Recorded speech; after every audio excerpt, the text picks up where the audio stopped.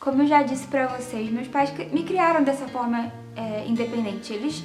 Claro que eles nunca chegaram pra mim e falaram assim, filha, não case, se dedique à sua faculdade, se dedique à sua carreira. Não, eles nunca me falaram nada disso. As coisas que eles me falavam eram sugestões, eram conselhos e não imposições. Desde pequenininha eu via minha mãe indo trabalhar, eu via meu pai indo trabalhar.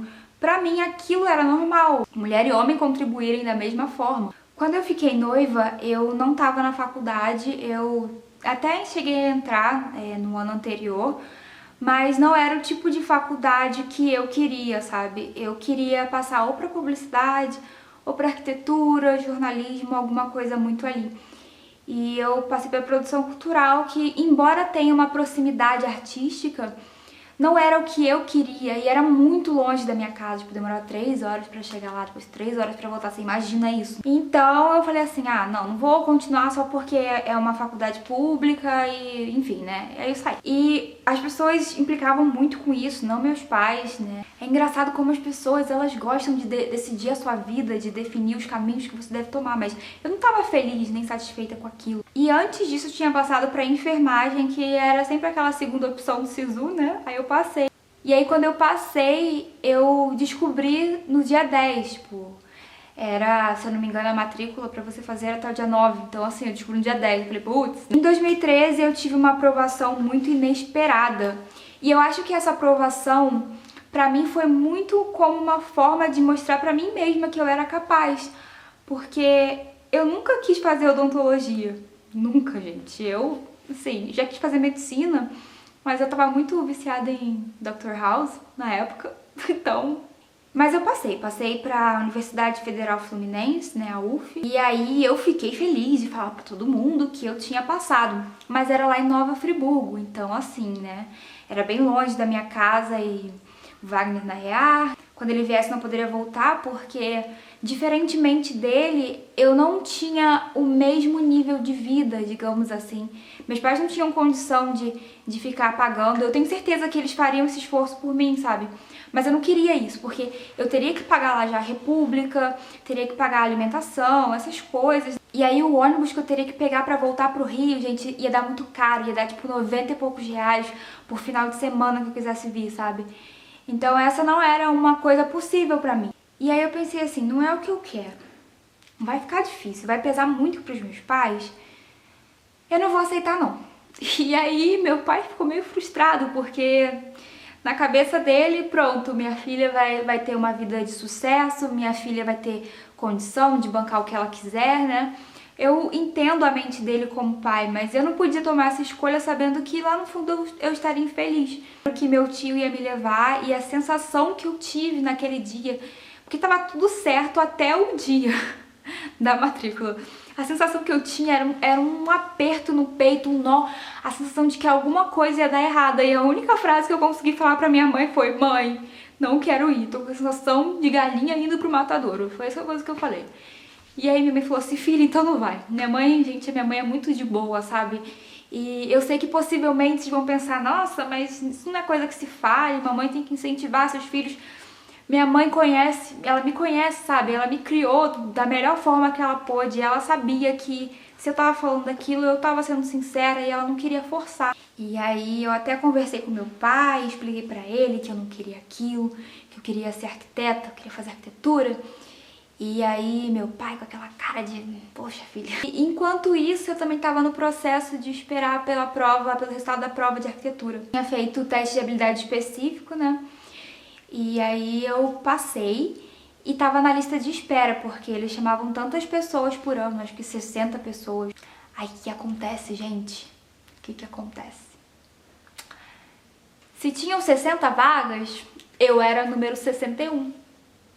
Foi bem frustrante pra mim, mas hoje eu entendo. E hoje, graças a Deus, eu tô aqui fazendo minha faculdade, tô gostando bastante, apesar de estar sofrendo muito também. Porque as pessoas acham, gente, que fazer arquitetura é só desenhar casinha, só fazer maquete. Não, não é não. Então, voltando. Por mais que eu tenha sido criada com essa sede por independência, eu acabei desistindo da minha faculdade e esperei um tempo. Comecei a me dedicar às coisas do casamento. Uma pessoa que nunca teve o casamento como o sonho da vida, sabe? Foi muito estranho pra mim. Mas foi algo que devia acontecer e isso me fez ser quem eu sou hoje, então então eu não tenho nada a reclamar, sabe? Não foi tempo perdido, foi um investimento naquilo que realmente importa. Mas eu nunca fui essa pessoa, sabe? Tem uma lembrança que ela é muito engraçada, porque eu tinha uma amiga na igreja e ela era bem grudenta, sabe? Eu gostava muito dela, mas eu enjoava dela às vezes. E eu lembro que eu falei assim pra minha mãe: mãe, eu nunca vou poder casar porque eu não aguento ficar 4 anos com a pessoa sem enjoar dela. E eu era muito novinha, eu falei isso pra minha mãe e a mãe ficou olhando tipo assim: Brenda, que isso, né? Eu queria muito conhecer alguém que fosse especial pra mim, sabe? Mas eu nunca tinha aquela coisa de casamento, preciso casar, porque se eu não casar, eu vou ser uma pessoa incompleta. Igual algumas mulheres têm com a questão de filhos, né? Tipo, se você não tiver filhos, você vai ser uma mulher incompleta. Eu não acredito nisso. Claro que algumas coisas acrescentam muito na nossa vida, mas eu acredito verdadeiramente que aquilo que nos enche, que nos completa, é estar no centro da vontade de Deus, sabe? De encontrar a nossa identidade nele. Mas, como diz lá em Gênesis, não é bom que o homem esteja só.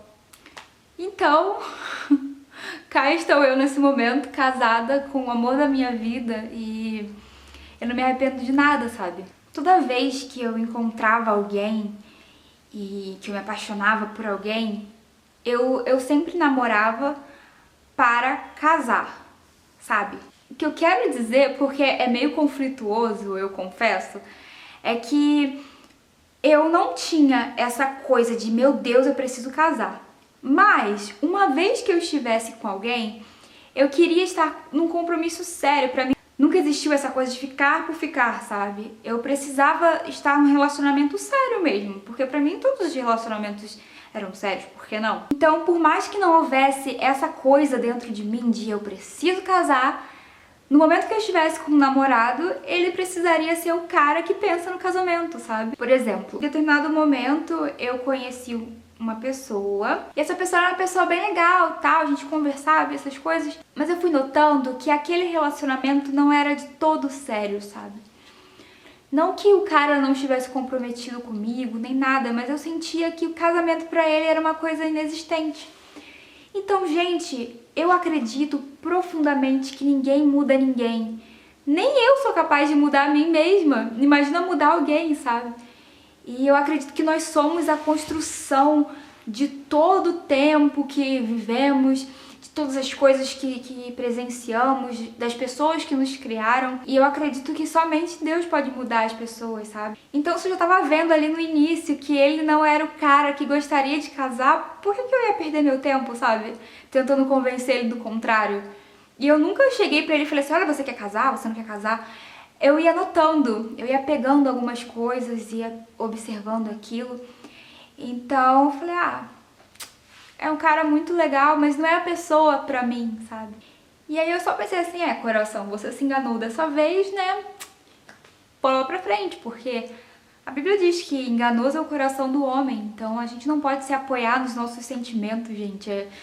É meio te dar tiro no pé, sabe? Tem que racionalizar as coisas, sabe? Deus te deu um cérebro pra pensar bem. Tem coisas que são tão óbvias e a pessoa não consegue enxergar ou enxerga, mas acaba, não sei, passando por cima daquilo na esperança de que quando casar vai melhorar. Sabe aqueles probleminhas? Eu vou botar um exemplo aqui bem ridículo, mas quantas vezes a gente já não reclamou com um homem porque ele deixou a tampa da privada levantada? Aqui em casa já aconteceu, sabe?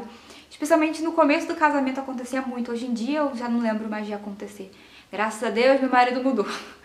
Mas era muito assim, eu chegava pra ele e falava assim: pô, abaixa essa tampa aí, fica deixando aberto, negócio feio. Aí ele ia lá e abaixava, pedia desculpa. Aí no dia seguinte, o que acontecia? Tava lá ela em pé de novo. Gente, é porque o cara quer te sacanear? É porque o cara é vacilão? Não é, gente. É porque a vida inteira dele, ele cresceu achando que deixar a tampa em pé era ok. De repente ele viu o pai dele fazendo, de repente na casa dele ninguém ligava dele fazer isso. O que eu quero dizer com isso é que você não consegue mudar as pessoas, sabe? O Wagner mudou, graças a Deus, uma exceção, porque quantas vezes a gente não escuta de casamentos que terminam por causa daquelas coisas que nunca mudam na pessoa, mas a pessoa casa sabendo que a pessoa é assim. Eu já não sei nem mais onde eu parei. Enfim, então foi uma situação muito nova pra mim, de repente eu ali noiva, abdicando de uma carreira possivelmente. Era meio louco e as pessoas falavam muito, nossa, como falavam. Nossa, ela não trabalha e nem estuda, tipo, meio chato, né, ouvir isso, né? Quando eu vim pra cá, a primeira coisa que eu arrumei foi o emprego. Sim, eu arrumei o emprego quando eu vim pra cá. Porém, fiz as entrevistas, foi a minha primeira entrevista de emprego, eu tava muito nervosa, meu Deus. Eu lembro que teve um cara lá que ele me perguntou tanta coisa. Ele me perguntou como eu me via daqui a 5 anos, e depois em mais 5, e depois em mais 10, e depois se pretendia ter filhos, o que eu faria com esses filhos, e de repente eu me vi fazendo um roteiro rápido ali, meu Deus do céu, vai ser isso e aquilo. Enfim, mas eu consegui passar na entrevista, foi tudo bem. Porém, naquela semana eu havia passado pra uma faculdade pública, né? E aí eu falei assim, vou fazer. Passei pra engenharia ambiental. Passei pra federal aqui de Goiás e, poxa, ia ser bacana. Só que quando eu vi o lugar era muito longe. E aí sem condições, porque eu tava morando lá e não teria como eu ir. Não foi legal não, mas beleza, né? Também não era aquilo que eu queria. Mais uma vez, acho que a gente pensa, meu Deus, a vida está me trollando. Eu passo pra tudo que eu não quero e pra aquilo que eu quero, eu não passo. Então, como eu achava que ia pra essa faculdade, eu precisei sair, eu ainda tava, tipo, num estágio. E nesse mesmo momento, a nossa casa aqui tinha saído, então eu tava bem ocupada com as organizações aqui. E, de repente, quando toda essa agitação parou, eu pensei, meu Deus, eu vou ser dona de casa. Nada de errado ser dona de casa. Pra mim, normal, né? Acho que isso não desmerece nenhuma mulher, nem nada, mas eu cresci com a minha mãe trabalhando. Então, de repente, eu olhei e falei, caraca, eu tenho uma casa pra cuidar, essa é a minha principal função. E agora? Eu sabia fazer muitas coisas já sabia cozinhar e tal. Foi algo bem novo pra mim, sabe? E, assim, era tudo bem, porque o meu marido, ele nunca impôs pra mim que eu precisaria trabalhar. E nunca me impôs o contrário também. Mas eu queria, sabe? Eu queria ganhar o meu próprio dinheiro, eu queria ter uma carreira pra mim. E ele falava, olha, tudo bem, você não precisa ficar correndo atrás de emprego, se você não quiser trabalhar, eu vou te bancar, eu vou fazer isso e aquilo. Apesar que ele nunca falou nessas palavras, né, eu vou te bancar.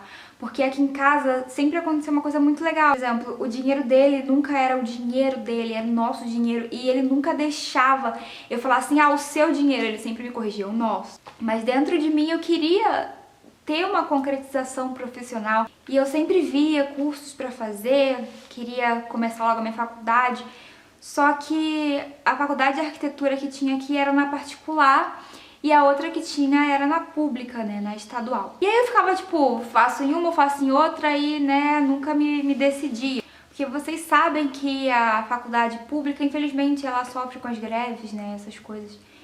Então eu ficava ponderando muito e eu havia sofrido muito em outras faculdades por causa de greve. E aí de repente meu marido falou que nós íamos viajar em abril e eu pensei, pronto, aí agora eu não vou poder realmente fazer a faculdade, né, de começar agora, porque depois eu vou ter que trancar porque eu vou perder muito tempo.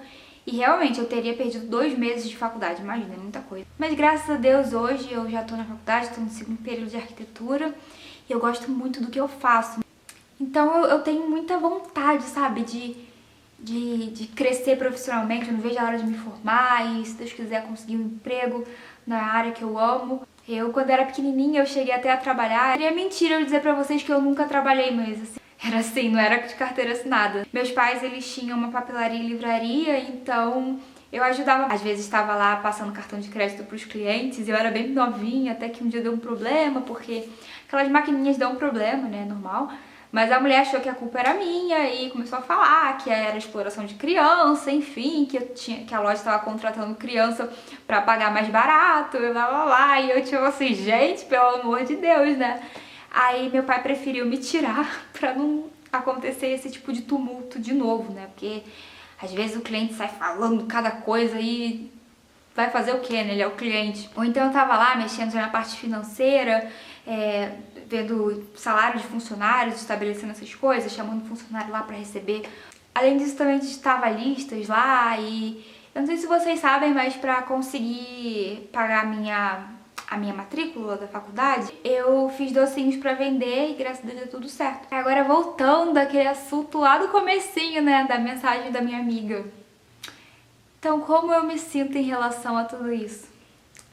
Eu me sinto grata. Eu me sinto grata porque sentir saudade da minha mãe, do meu pai, mostra que eles fizeram um bom trabalho por mim, sabe? Eu tô me saindo bem, eu acredito que eu tenho as minhas falhas, não são poucas. E a saudade que eu sinto dos meus pais é essa saudade cheia de gratidão, cheia de lembranças boas.